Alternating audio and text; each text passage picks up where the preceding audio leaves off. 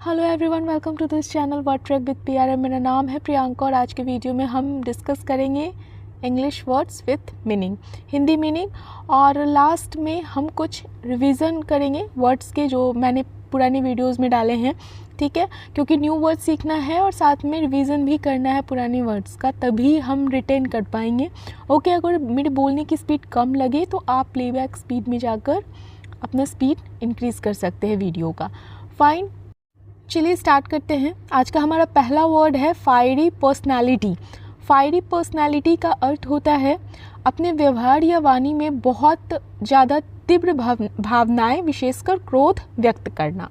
Fine, हमारा अगला word है स्टेंट। स्टेंट STINT, स्टेंट का अर्थ होता है कार्यकाल, किसी काम को करने में लगी निश्चित अवधि। मतलब किसी को काम को आप कर रहे हो तो कितना टाइम लगा उसको हम स्टेंट कहते हैं, कार्यकाल। फाइन, हमारा अगला वर्ड है रिफ्रेन। Refrain REFRAIN। रिफ्रेन का अर्थ होता है रोकना। बट क्या रोकना? तो रोकना को तो स्टॉप का भी अर्थ होता है रोकना, लेकिन रिफ्रेन का अर्थ होता है रोकना, मतलब अपने आप को कुछ करने, महसूस करने या शामिल होने से रोकना। आउस्टर। Ouster OUSTER। आउस्टर का अर्थ है निष्कासन। निष्कासन मतलब निकाल देना या बेदखली मतलब किसी स्थान या पद, किसी पद से, किसी डेजिग्नेशन से निकाल देना, मतलब निष्कासित कर देना, निष्कासन कर देना। अगला वर्ड है show down. Show down SHOWDOWN। ये एक नाउन है। शो डाउन का मीनिंग होता है निर्णायक बहस, एक लंबी असहमति के अंत में अंतिम तर्क, बैठक या लड़ाई। ठीक है, जिसके बाद निर्णय हो जाए। एलिमिनेशन। Elimination ELIMINATION। एलिमिनेशन का मतलब है बहिष्करण, मतलब किसी चीज़ को एलिमिनेट कर देना, समाप्त कर देना या किसी चीज़ से छुटकारा पा लेना, तो उसे आप क्या कहेंगे? एलिमिनेट कर दो, एलिमिनेशन। फाइन, हमारा नेक्स्ट वर्ड है इमर्ज। Emerge EMERGE। इमर्ज का अर्थ होता है उभरना। उभरना मतलब कि किसी चीज़ का सतह पे आ जाना। फाइन, तो कहीं से प्रकट होना या निकलना, कहीं से प्रकट होना या निकलना को हम क्या कहते हैं? उभरना। और उभरना को इंग्लिश में क्या कहेंगे? Emerge. Confrontation. Confrontation CONFRONTATION। Confrontation का मतलब है आमना सामना। आमना सामना जैसे कहते हैं ना, आमना सामना करना। आमने सामने व्यक्तियों की बैठक को हम कहते हैं confrontation. Plenty of. Plenty of PLENTY और OF। प्लेंटी ऑफ का अर्थ है अबंडेंस। फाइन, अबंडेंस क्या होता है? बहुतायत। बहुतायत मतलब बहुत ज़्यादा मात्रा में, प्रचुर आपूर्ति या मात्रा में है। आपूर्ति का इंग्लिश क्या होता है? Supply. Synchronization. Synchronization SYNCHRONIZATION। Synchronization का अर्थ है तुल्यकालन, चीज़ों को समय पर सहमत करना या चीज़ों को उसी समय और गति से घटित करना। तो इसको आप क्या बोलोगे? सिंक्रोनाइजेशन। ठीक है। Our next word is strategic. Strategic STRATEGIC। strategic का अर्थ है रणनीतिक। रणनीतिक किसी योजना को प्राप्त करने में आपकी सहायता करता है। Strategic plan. ठीक है, स्ट्रैटेजी बनाना, तो उसको क्या आप कहते हो? स्ट्रैटेजिक, रणनीतिक। फाइन, तो ये हमारा न्यू वर्ड्स थे। अब रिवीजन टाइम है। पुराने वर्ड्स हैं, रिवाइज कर लीजिए, ज़्यादा टाइम नहीं लगेगा, तो हमें रिकॉल जब करते हैं तो याद रखने में इजी होता है। एडमायरर। एडमायरर का अर्थ है प्रशंसक। प्रशंसक। प्रशंसक मतलब जो प्रशंसा करता है। रिप्यूटेशन।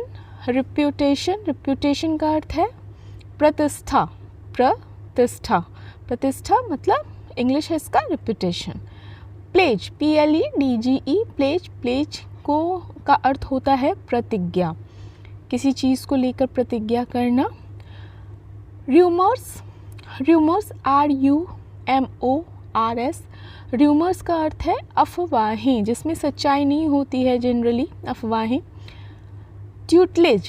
ट्यूटलेज TUTELAGE, ट्यूटलेज का अर्थ है सलाह या दिशा निर्देश, सलाह या दिशा निर्देश।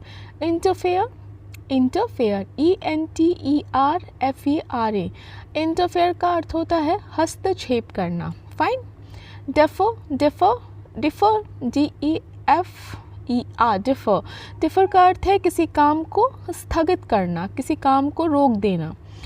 बेयरली, बेयरली BARELY, बेयरली मतलब मुश्किल से, कहते हैं ना बेयरली उसने अपना काम ठीक किया। डेरोगेटरी, डेरोगेटरी DEROGATORY, डेरोगेटरी का अर्थ होता है अपमानजनक, जैसे कहते हैं ना derogatory remarks. Disparaging, disparaging DISPARAGING, disparaging का अर्थ है निंदात्मक, निंदात्मक मतलब निंदा करते हुए। एक्रिमनी, एक्रिमनी ACRIMONY, एक्रिमनी का अर्थ है कटुता, कटुता, कटाक्ष, कटुता मतलब कि सामने वाले को बुरा लग जाए। एवंस, एवंस EVINCE, एवंस का अर्थ होता है जताना, जैसे आप कोई काम करो और सामने वाले को जता दो, वैसा। आउटराइट, आउटराइट OUTRIGHT, जिसका अर्थ है साफ साफ और सीधा।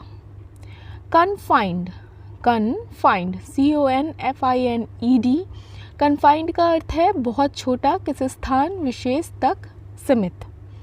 कॉन्ट्राडिक्टरी, कॉन्ट्राडिक्टरी CONTRADICTORY, कॉन्ट्राडिक्टरी का अर्थ है विरोधात्मक, वह जो दो बातें कहता हो और दोनों आपस में ना मिले। कन्फाइंड, सॉरी ये लगता है वापस से कर लिया है मैंने mention, it's okay, no problem. Confined का अर्थ है बहुत छोटा। Parity, parity PARITY, parity, parity का अर्थ है समानता, समानता किस चीज़ में समानता, वेतन और पद में। स्टॉल, स्टॉल STALL, स्टॉल का अर्थ है टालना या रोक देना, किसी काम को या किसी बात को होने से रोक देने को हम क्या कहते हैं, स्टॉल। अगला वर्ड है grave allegations, grave allegations GRAVELLEGATIONS, जिसका अर्थ है गंभीर आरोप। एलिजेडली, एलिजेडली ALLEGEDLY, जिसका अर्थ है कथित तौर पर कोई बात सच कही जाती है लेकिन साबित नहीं की गई है, तो उसे कहेंगे एलिजेडली। फाइन। हमारा अगला वर्ड है रिलाई, रिलाई RELY, रिलाई का अर्थ होता है भरोसा करना, किसी पे डिपेंड होना, किसी पर निर्भर होना किसी काम के लिए। तो जैसे कहते हैं ना उस पर रिलाई मत करो, इज़ नॉट गुड, तो उसे आप क्या कहोगे, भरोसा कर मत करो, रिलाई। Okay, RELY। और next word is amplify AMPLIFY, amplify का अर्थ होता है बढ़ाना, ठीक है, बढ़ाकर विस्तृत व्याख्या करना या किसी चीज़ को तीव्र करना, ठीक है, तो उसे कहते हैं एम्पलीफाई, इसी से है amplification.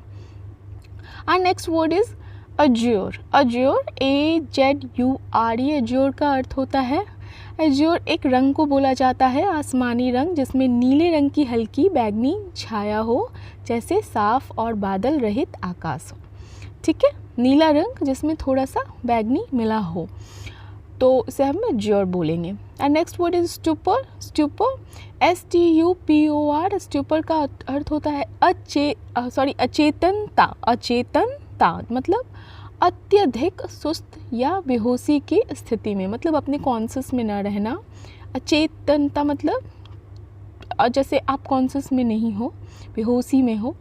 Apatite, apatite APPETITE, apatite का अर्थ होता है भूख, किसी चीज़ की तीव्र इच्छा या विशेषकर भोजन की, खासकर इस भोजन के लिए एपेटाइट बोला जाता है। जैसे कहते हैं ना आपकी एपेटाइट क्या है, आप क्या भोजन कितना लेते हो, क्या करते हो भोजन में। Our next word is exuberance, exuberance EXUBERANCE, exuberance का अर्थ होता है उल्लास, ऊर्जावान महसूस करने का गुण या ऐसा महसूस करने वाली किसी व्यक्ति का व्यवहार, बिहेवियर, जो बहुत ज़्यादा प्रफुल्लित हो, बहुत ज़्यादा खुश हो, with energy. And next word is albeit, albeit, sorry it's albeit ALBEIT, albeit, जिसका अर्थ है हालांकि, ठीक है, हालांकि या यद्यपि, तो उसे आप कहते हो ऑल्बिट। अगर आप मेरे चैनल पे नए हैं तो मेरे चैनल को जरूर से सब्सक्राइब कीजिए, मेरे वीडियो के साथ बने रहिए, लास्ट तक देखिए, आपको बिल्कुल फ़ायदा मिलेगा। और next word is clamp down. Clamp down, CLAMPDOWN। Clamp down का मीनिंग होता है शिकंजा कसना, किसी चीज़ पर पकड़ बनाना, रोकथाम या नियंत्रण के लिए कड़ी कार्रवाई। तो उसे आप क्या बोलोगे? Clamp down. ये सारे वर्ड्स जो है ना, बहुत सारे वर्ड्स जो इंग्लिश में हैं वो मैंने न्यूज़पेपर से लिए हैं। Next word is breakthrough. Breakthrough, BREAKTHROUGH। Breakthrough का क्या अर्थ होता है? कोई महत्वपूर्ण खोज या विकास, खोज या कोई बहुत ज़्यादा इम्पॉर्टेंट न्यूज़, कहते हैं ना, ब्रेक थ्रू है ये, ठीक है। तो कोई इम्पॉर्टेंट खोज या डेवलपमेंट, फाइन। और next word is desperate. Desperate, DESPERATE। Desperate का अर्थ होता है मायूस होना, बहुत कम या कोई आशा न होने के कारण बहुत ज़्यादा दुखी या परेशान होने को हम कहते हैं डेस्परेट होना। कोई चीज़ आपके पास नहीं है और उसे पाने की जब तुम बिल्कुल एक हद से ज़्यादा कोशिश हो जाती तो कहते हैं ना, आप डेस्परेट क्यों हो इस चीज़ के लिए। तो it's not a good word. Dismember. Dismember, DISMEMBER। Dismember का अर्थ है विखंडित। विखंडित मतलब टुकड़े टुकड़े में, और जनरली ये वर्ड यूज़ किया गया है शब्द के टुकड़े करना, fine. I have taken this word from a newspaper. So dismember मतलब शब्द के टुकड़े करना। So thank you for watching. आप अगर मेरे चैनल पे नए हैं तो मेरे चैनल को जरूर से सब्सक्राइब कीजिए, और आप अगर मेरे चैनल पे आपने कभी विज़िट किया है और अभी तक सब्सक्राइब नहीं किया है तो भी आप कर सकते हैं। वीडियो अगर पसंद आती हो तो वीडियो को लाइक ज़रूर कीजिए, और किसी तरह का अगर कमेंट करना हो, किसी तरह की डिमांड हो तो आप ज़रूर कमेंट बॉक्स में मेंशन कीजिए, fine. Thank you for watching.